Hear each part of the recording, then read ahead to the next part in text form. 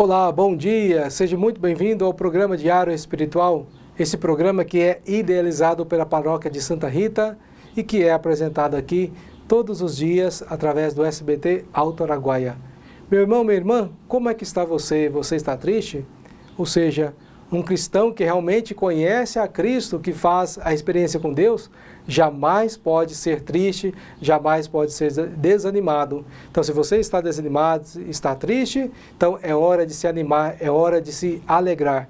E estamos aqui nesta alegria para, assim, partilhar com você a palavra de Deus, para evangelizar você e toda a sua família.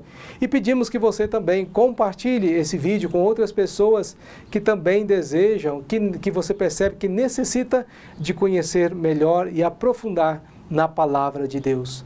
Nós vamos, nesse dia, nessa quinta-feira, nesse segundo dia já de agosto, vamos conhecer a vida de mais um santo, para que nós possamos conhecer a sua estratégia de chegar à santidade e assim também possamos nos inspirar na vida desse santo, para que também nós cheguemos a essa salvação que o Senhor deseja oferecer a cada um de nós.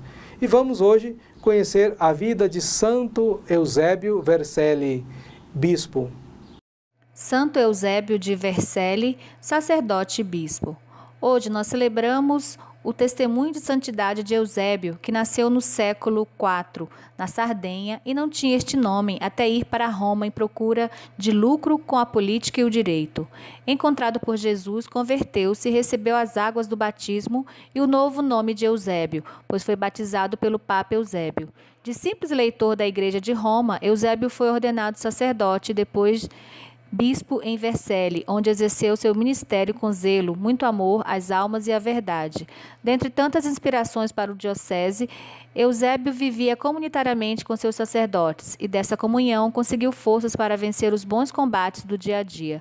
Santo Eusébio de Vercelli, por opor-se ao arianismo, que buscava erroneamente negar a divindade de Cristo, foi exilado com outros santos bispos pelo imperador Constâncio. Despachado com algemas para a Palestina, Eusébio sofreu torturas e sobreviveu por 6 anos fechado numa prisão. Quando liberto, aproveitou para visitar as igrejas do Oriente. Ao voltar, foi acolhido como vencedor pelos irmãos no episcopado, clero e todo o povo, e até entrar no céu em 370. Venceu o arianismo com Santo Hilário e unificou as igrejas. Santo Eusébio de Vercelli, rogai por nós. Destaquemos alguns pontos da vida de Santo Eusébio, desse santo de hoje que nós acabamos de ouvir, o breve relato da sua vida. Primeiro, ele era um pagão, mas aí um bispo, Eusébio, foi e batizou. Então, o seu nome de nascimento não era esse, mas quando ele foi batizado como o bispo Eusébio o batiza, então ele assume também esse nome do bispo que o acaba de batizar. E ele se torna cristão, filho de Deus. Interessante perceber que essa mudança de nome, por exemplo, aqui na vida de Eusébio, como também de muitos homens da Bíblia, por exemplo, Pedro, que chamava Cefas e depois passou a chamar-se Pedro, Saulo, que depois virou Paulo, Abrão, depois virou Abraão, tudo isso para demonstrar, para significar uma missão que esses homens receberam de Deus. E com certeza na vida de Eusébio não foi diferente. Ele mudou de nome e a sua vida foi se transformando cada vez mais para melhor, ou seja, para fazer sempre cada vez mais a vontade de Deus, do Deus Todo-Poderoso. Ele que foi crescendo nessa vida, nessa consagração do Senhor, que se tornou sacerdote e posteriormente chegou até o cargo de bispo, ele que começou a ter essa grande porção de pessoas para liderar, para cuidar das ovelhas do Senhor. Ele que enfrentou essa heresia do arianismo. O que professa essa heresia? Que Jesus não tinha a natureza divina, e sim só a natureza humana. E ele então, aprofundando, estudando, com outros bispos, se reuniram e conseguiram então vencer essa heresia do arianismo. E provando para todos que realmente Jesus Cristo é verdadeiro homem e também é verdadeiro Deus, o nosso Salvador. Ele que foi preso, ficou muitos anos ali na prisão e com certeza viveu sempre essa consagração a Deus, de nunca desanimar, nunca desistir, nunca se lamentar, mas confiar em Deus. Também algo parecido acontece nos nossos dias. O próprio Deus se torna prisioneiro em cada sacrário do mundo para que nós possamos ir visitá-lo. Eusébio, posteriormente, ele consegue essa libertação e volta para a sua comunidade. Então todos ficam felizes e alegres, porque realmente Deus foi providente na vida de Eusébio. Que também nós possamos consagrar a nossa vida, que possamos ir aos sacrários e lá fazer a nossa experiência de visitar esse Jesus prisioneiro, para que ele também possa se tornar eficaz na vida de cada um de nós, de nos ajudar a viver cada vez mais o Evangelho, que viver verdadeiramente a nossa vida, segundo a palavra de Deus, não é tão fácil, é um fardo pesado. Mas aquele que confia em Jesus, aquele que se consagra ao Senhor, como Santo Eusébio e muitas outras pessoas, não percebe esse fardo tão pesado.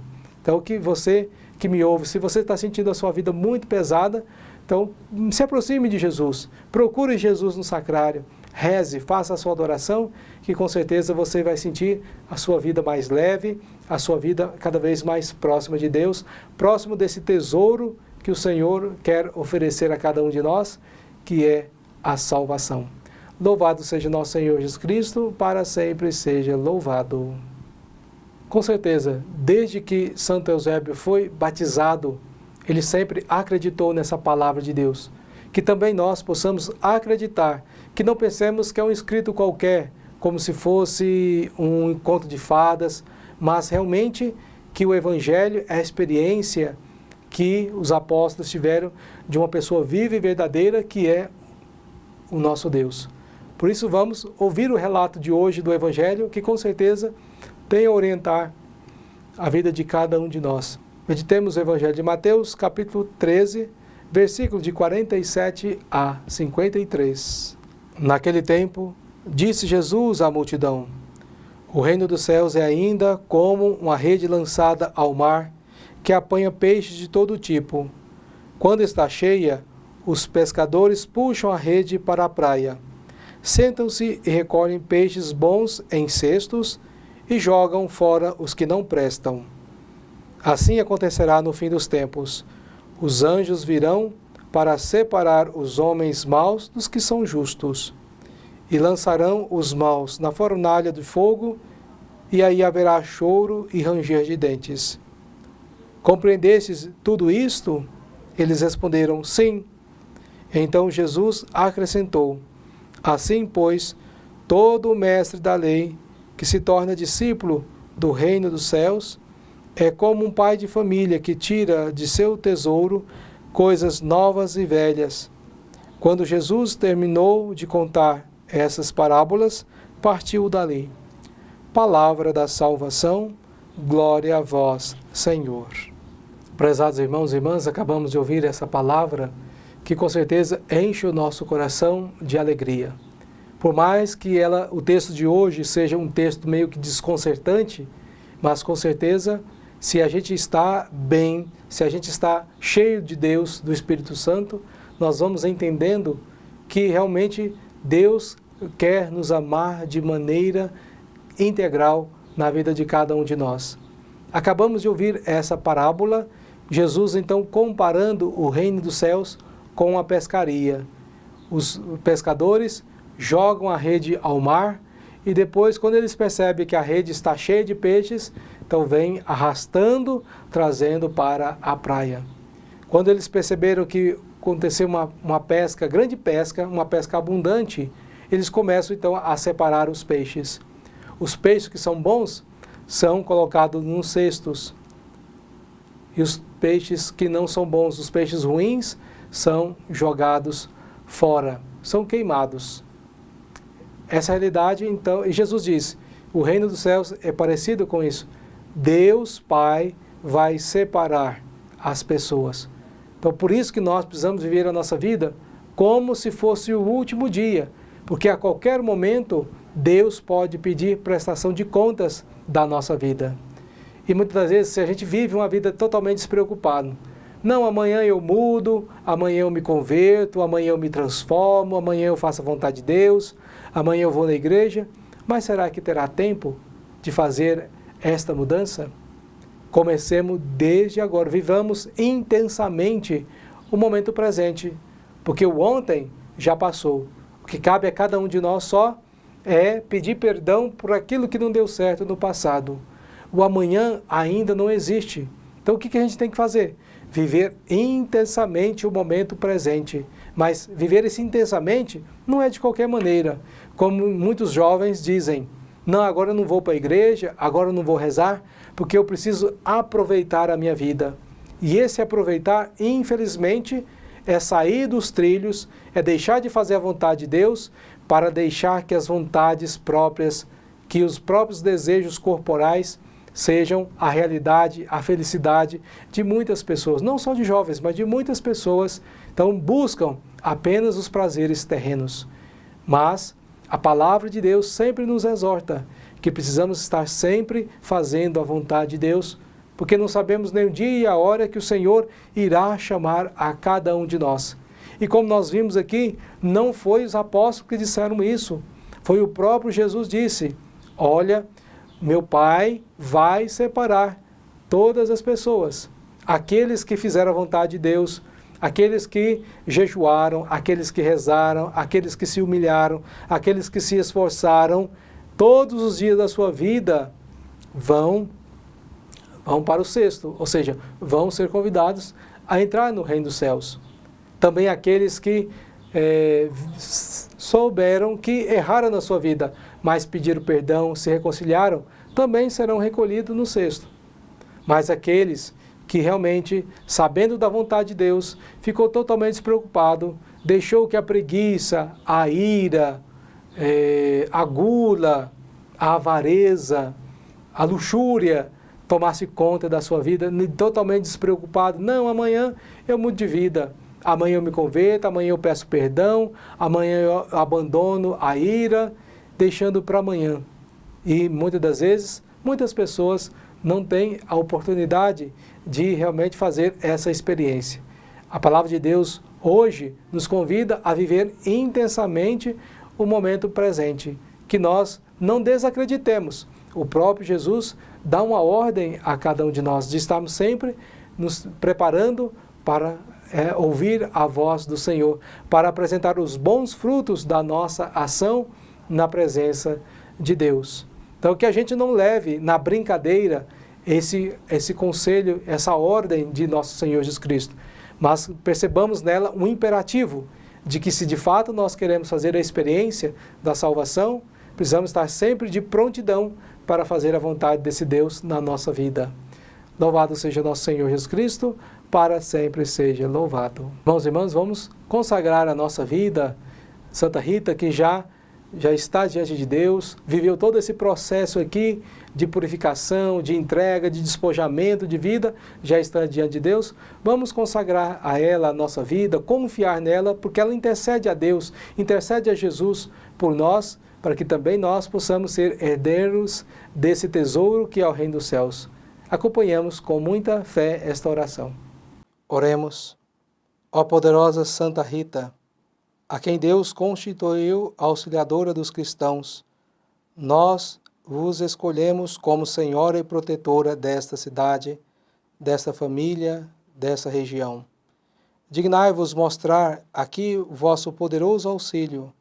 Preservai esta casa, cidade, região, de todo o perigo, do incêndio, da inundação, dos raios, da tempestade, dos ladrões, dos malfeitores, da guerra e de todas as outras calamidades que conheceis. Abençoai e protegei, defendei e guardai como coisa vossa as pessoas que vivem nesta casa, cidade ou região. Sobretudo, concedei-lhes a graça mais importante, a amizade com Deus, evitando o pecado. Dai-lhes a fé que tivesses na palavra de Deus e o amor com que nutristes para com o vosso Salvador Jesus Cristo, e para com todos aqueles que pelos quais ele morreu na cruz. Gloriosa Santa Rita, rogai por todos que moram nesta casa, cidade, região, que vos foi consagrada. Amém.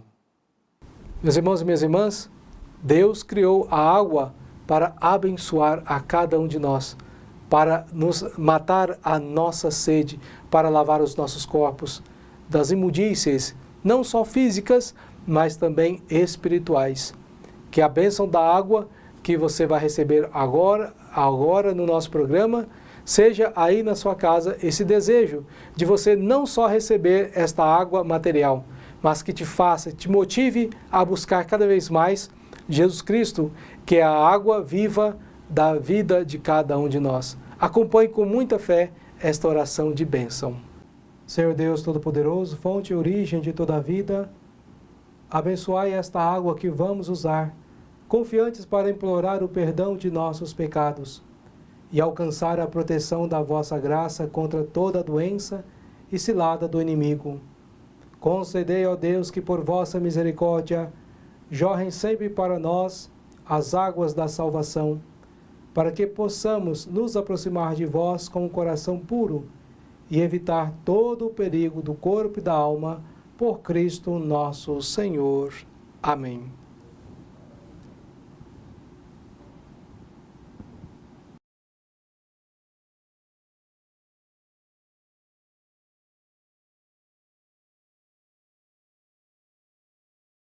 Avisos da comunidade. Hoje, às 18h15, assista aqui no SBT o programa Segue-me. Às 19h30, Santa Missa na Capela São Sebastião. Amanhã, Missa na Matriz às 6h30, com adoração ao Santíssimo até às 18h na Matriz. As inscrições para a preparação de pais e padrinhos vai até dia 26 de agosto. Inicia-se com a Santa Missa e termina às 11h45. O sacramento do batismo será no mesmo dia, na missa, às 19h30. Estamos chegando ao final do nosso programa, desta edição de quinta-feira. Mas antes, eu quero deixar a bênção de Deus, para que você se esforce sempre em trilhar o caminho do bem e ser herdeiro desse céu, desse reino espiritual que o Senhor quer oferecer a cada um de nós. O Senhor esteja convosco, Ele está no meio de nós.